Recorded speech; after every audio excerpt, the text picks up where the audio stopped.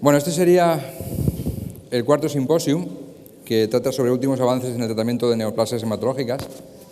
Es un simposium patrocinado por Janssen y tenemos dos ponentes hematólogos, María José Terol, del Hospital Clínico de Valencia, que hablará de la puesta al día en el tratamiento de síndromes linfoproliferativos, y luego el doctor Javier de la Rubia, del Hospital Dr. Peset, de nuevas dianas en el tratamiento del mieloma múltiple.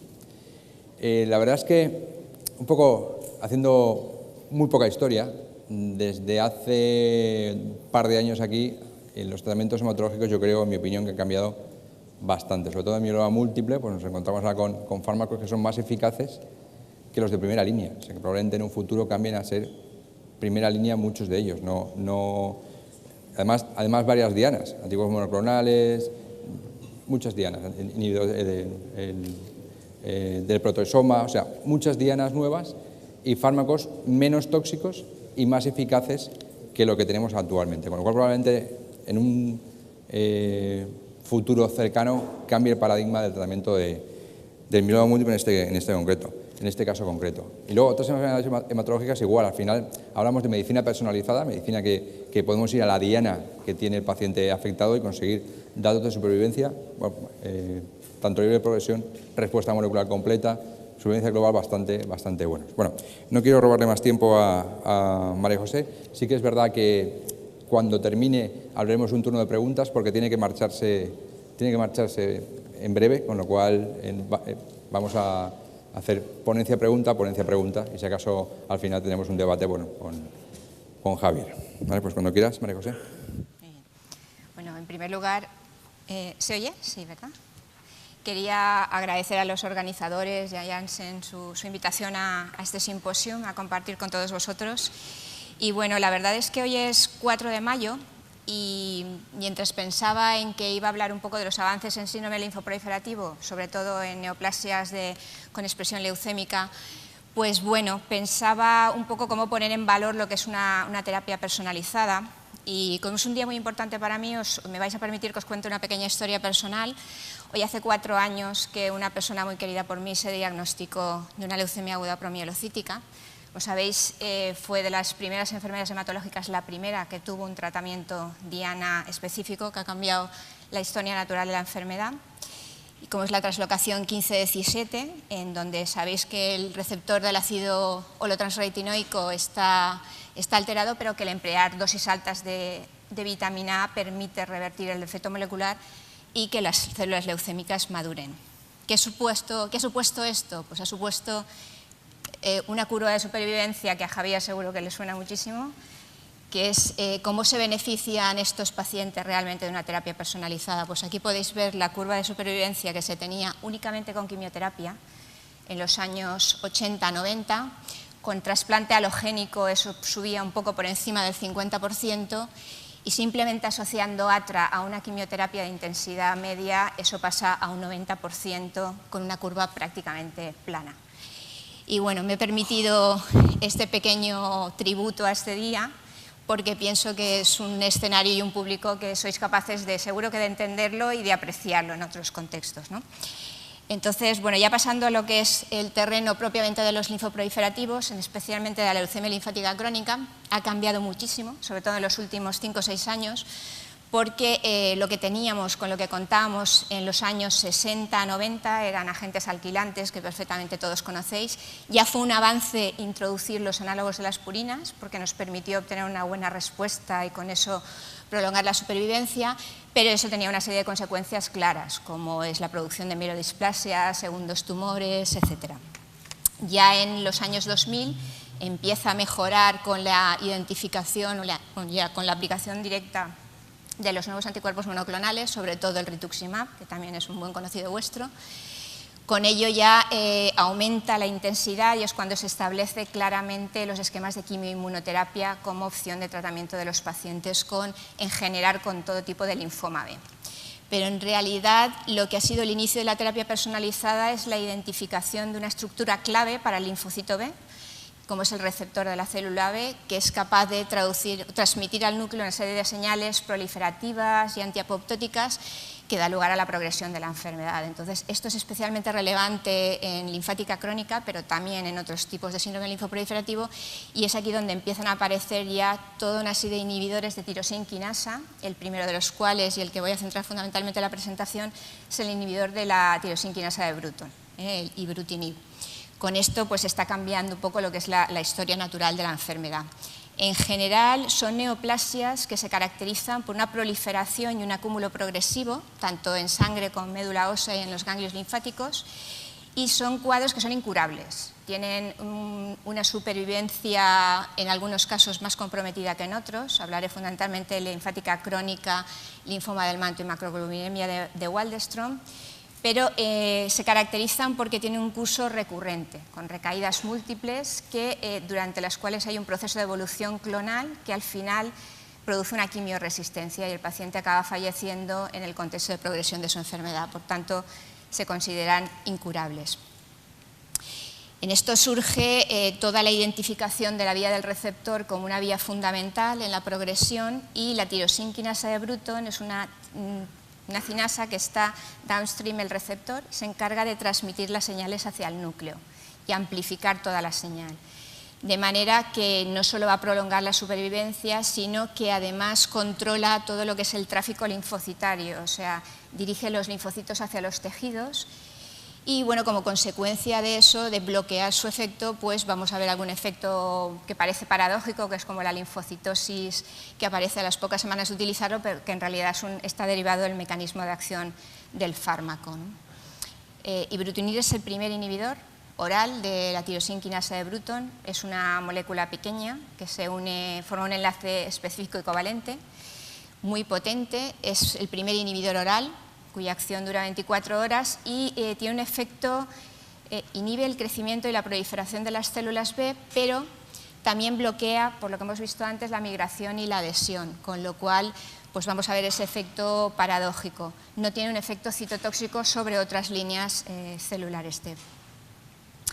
¿Cuáles son las indicaciones de ibrutinib, de la ficha técnica de ibrutinib, que las podéis ver en pantalla y que las conocéis de sobra? Pues está indicado en pacientes con linfoma de células de manto recaída refractario, está indicado en monoterapia para la leucemia linfática crónica, tanto en pacientes pretratados como, mucho más recientemente, pacientes en primera línea de la enfermedad, en base a los estudios que ahora vamos a revisar.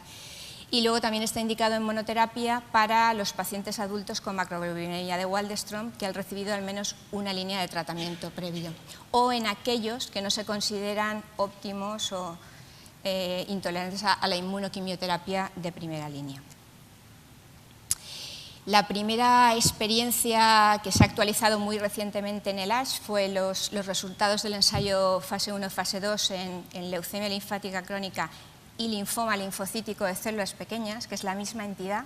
La única diferencia es que uno tiene leucemización y el otro no pasa de un determinado valor.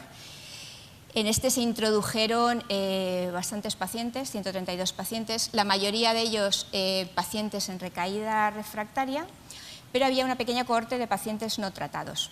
Entonces, este estudio ya tiene un seguimiento prolongado de 5 años en Estados Unidos, y sabemos que a fecha de hoy, con 5 años de seguimiento, 65% de esa cohorte de pacientes no tratados, o sea, que recibían el fármaco en primera línea, siguen con el fármaco, lo cual habla de buen perfil de tolerancia, y aproximadamente una tercera parte de los pacientes en recaída refractaria. Ahí están, en la tabla de la derecha podéis ver cuáles son los motivos de discontinuación.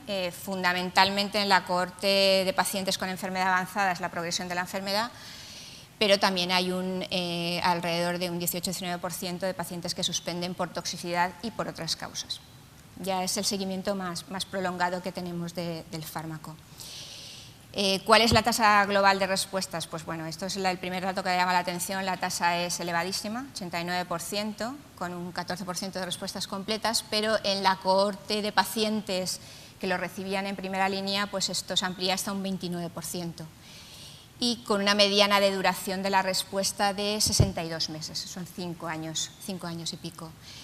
Esto es lo que aproximadamente dura la respuesta, 5 años, un poco más de 5 años, es lo que dura la respuesta de un paciente en primera línea con inmunoquimioterapia. Lo digo por situar, son pacientes con enfermedad refractaria. En la curva de la derecha un poquito podemos ver cuál es la tasa de respuesta según el perfil de riesgo, y ya lo que llamaba la atención es que en el subgrupo de pacientes con deleción del 17P, que ahora veremos alguna curva de supervivencia con los esquemas anteriores, pues la tasa de respuesta es muy alta, es prácticamente del 80%, con un 6% de respuestas completas. Estos son los datos más maduros que hay de ibrutinib en la primera cohorte. En esta diapositiva os muestro un poco cuáles son la supervivencia libre de progresión y la supervivencia global, tanto de los pacientes con enfermedad avanzada como los pacientes tratados en primera línea. Y y hay varias cosas que llaman la atención, y es que en la pequeña cohorte de pacientes es prácticamente una curva muy lineal, el 92% de los pacientes sigue vivo y sin progresar, y en los pacientes con enfermedad avanzada la mediana es de 4 años y medio, aproximadamente 52 meses. Cuando analizamos un poco cuál es el perfil de eficacia en función del número de líneas previas que han recibido los pacientes, pues ocurre como ocurre en otras enfermedades hematológicas y con otros fármacos. Y es que cuanto menor número de líneas previas han llevado, pues mayor eficacia. Probablemente hay menos evolución clonal y la enfermedad es más fácilmente controlable. Esto es claramente demostrable para ibrutinib, tanto en linfática crónica como en otras entidades. Y ya llama la atención, creo que es en la siguiente, no sé si no, me ha faltado una aquí y me vais a perdonar, porque me faltaba la curva específica de deleción del 17P, probablemente ha habido un problema con la diapositiva, donde a fecha de hoy sabemos que la duración de la respuesta en pacientes de alto riesgo citogenético es de 28 meses, son 2 años y medio. Entonces, esto quería compararlo con lo que han sido los estudios clásicos de quimioinmunoterapia, donde la supervivencia libre de progresión, este es el estudio alemán, el CLL8, donde se compara fludarabina ciclofosfamida rituximab con fludarabina ciclofosfamida, y donde se puede ver que los pacientes con deleción del 17P pues tienen una supervivencia libre de progresión inferior a 1 año con cualquier quimioterapia, tanto con inmunoquimioterapia como con quimioterapia convencional, y la supervivencia global también está comprometida, en general inferior a los 3 años. El perfil de toxicidad del fármaco, ya el hecho de que una buena parte de la cohorte siga con ese tipo de seguimiento ya nos habla de que es un fármaco bastante bien tolerado. La mayor parte de las toxicidades que podéis ver en pantalla, hay dolor abdominal, hipertensión, infecciones y toxicidad hematológica. La mayor parte de la toxicidad tiende a evolucionar o tiende a ser mayor en los 6 primeros meses de tratamiento, se resuelve sobre todo en el primer año, pero hay que tener en cuenta que la hipertensión y las infecciones pues siguen siendo prevalentes más allá del primer año, o sea que el perfil de toxicidad es muy favorable. Hubo mayor tasa de discontinuación en los pacientes en recaída de refractariedad que en los pacientes previamente naïf, pero hay que vigilar un poco las infecciones porque hasta una cuarta parte de los pacientes pueden llegar a desarrollarlas a lo largo del tiempo. Cabe decir que los pacientes con leucemia linfática crónica se infectan fácilmente con cualquier tratamiento, no solamente con inhibidores específicos, sino con los esquemas de quimioinmuno convencional.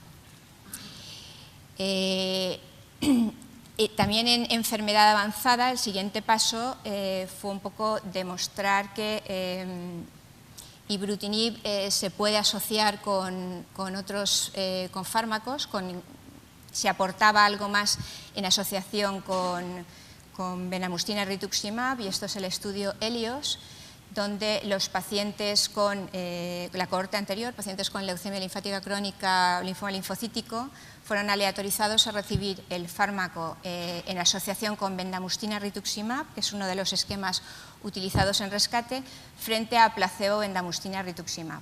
Objetivo principal, supervivencia libre de progresión. Se permitía el cambio o el entrecruzamiento de rama de pacientes a bendamustine rituximab a tratamiento con ibrutinib si se había confirmado una progresión, no había habido respuesta. La tasa de respuestas, de nuevo, vuelve a ser muy elevada. Tasa de respuestas tanto por el investigador como por el comité independiente del 83%, 86-83%, con un porcentaje importante de respuestas completas, significativamente superior que la rama placebo,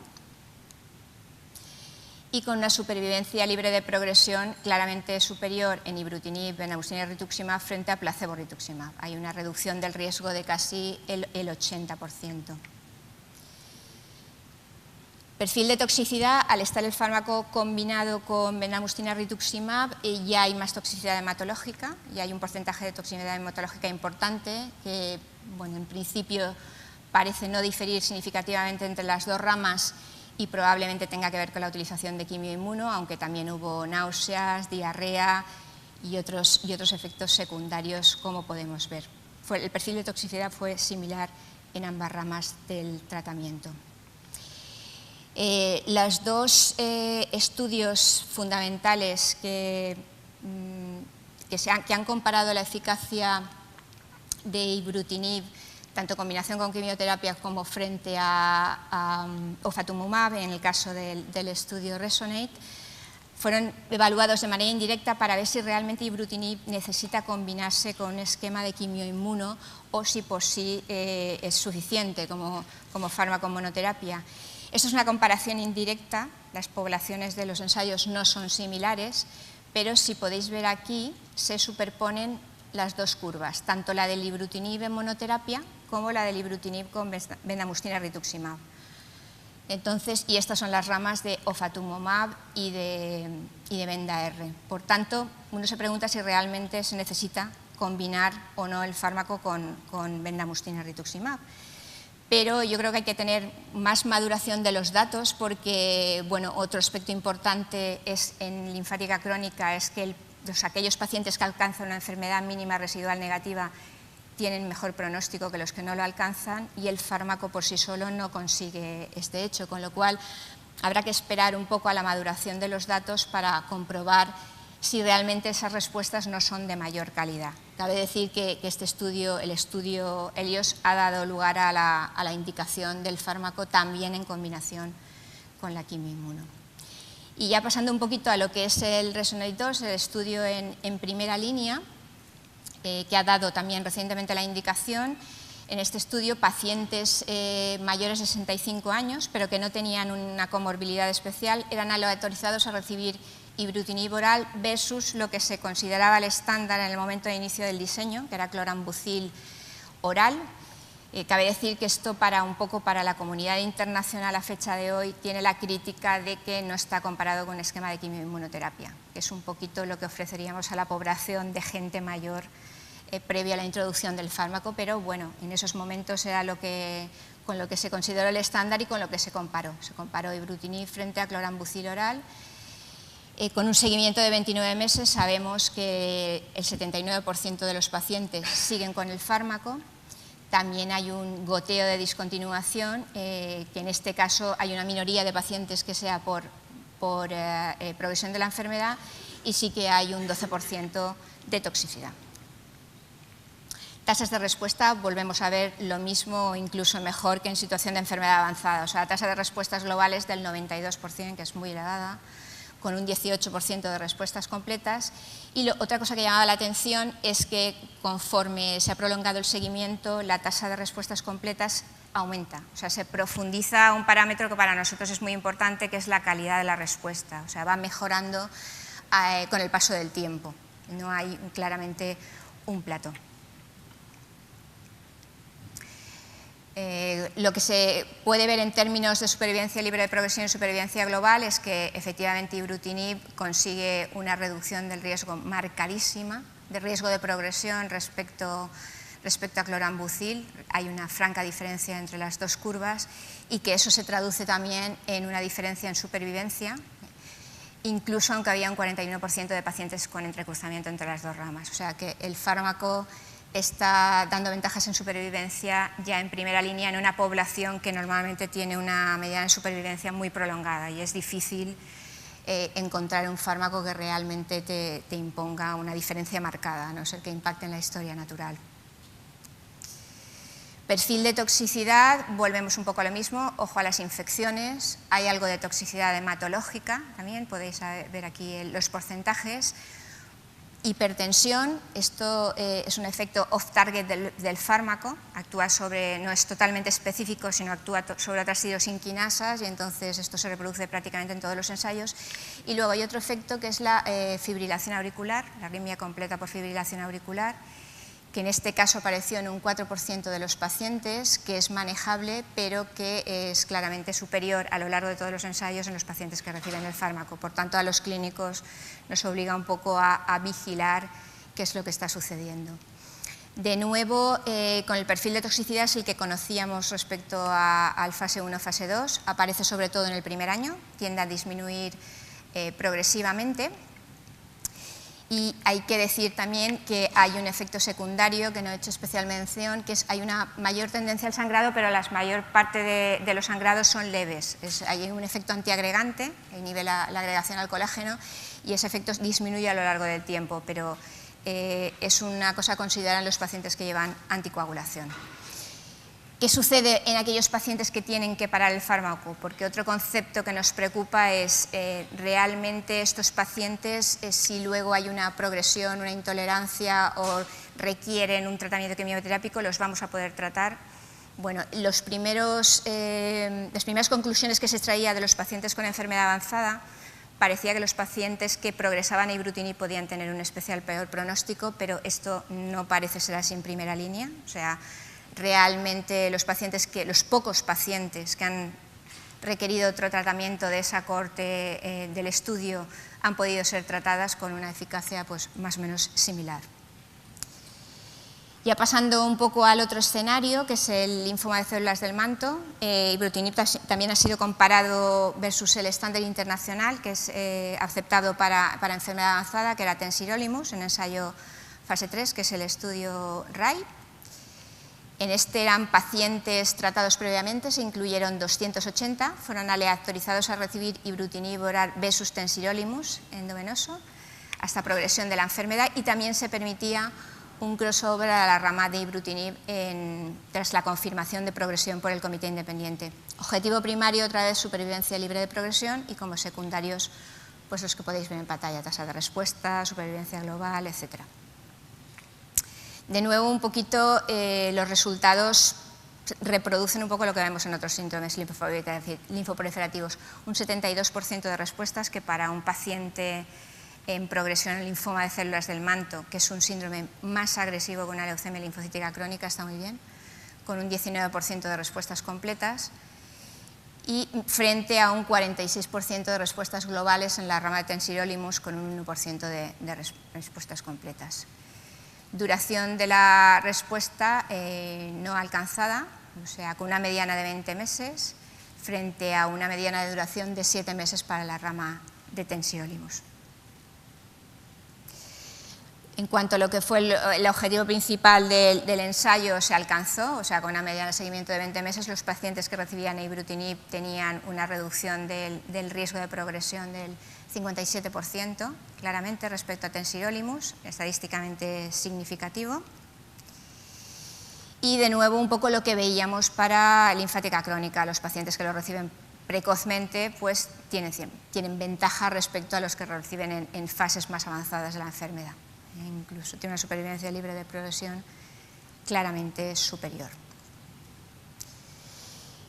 Y un poquito a modo de resumen final, la última indicación sería la macroglobulinemia de Waldenström, que también le ha dado la indicación un ensayo fase 2. Es una patología mucho menos incidente que lo que hemos visto previamente, es bastante más rara, con un pronóstico quizá intermedio o más parecido a la linfática crónica, y en el que ibrutinib se daba como tratamiento en pacientes en progresión, enfermedad refractaria. Objetivo primario fue la tasa de remisiones completas, secundario, supervivencia libre de progresión y seguridad.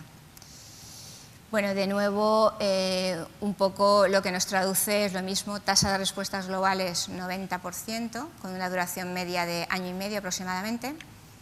la supervivencia libre de progresión de aproximadamente un 70% a los 2 años y la supervivencia global del 95%.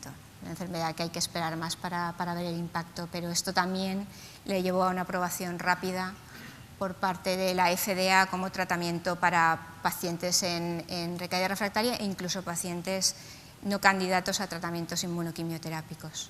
Por tanto, un poquito las conclusiones serían de que la actualización del ensayo fase 1, fase 2 confirma a largo plazo la eficacia de ibrutinib en monoterapia en términos de supervivencia libre de progresión y supervivencia global en pacientes con enfermedad refractaria o en recaída y también en pacientes con combinación con bendamustine y rituximab. Se confirma la superioridad de ibrutinib frente a clorambucil en los pacientes mayores previamente no tratados, que es lo que ha dado la indicación de primera línea global. Yo creo que esto ha sido un poco una sorpresa incluso para la propia compañía, que hayan expandido la indicación a toda la situación de primera línea.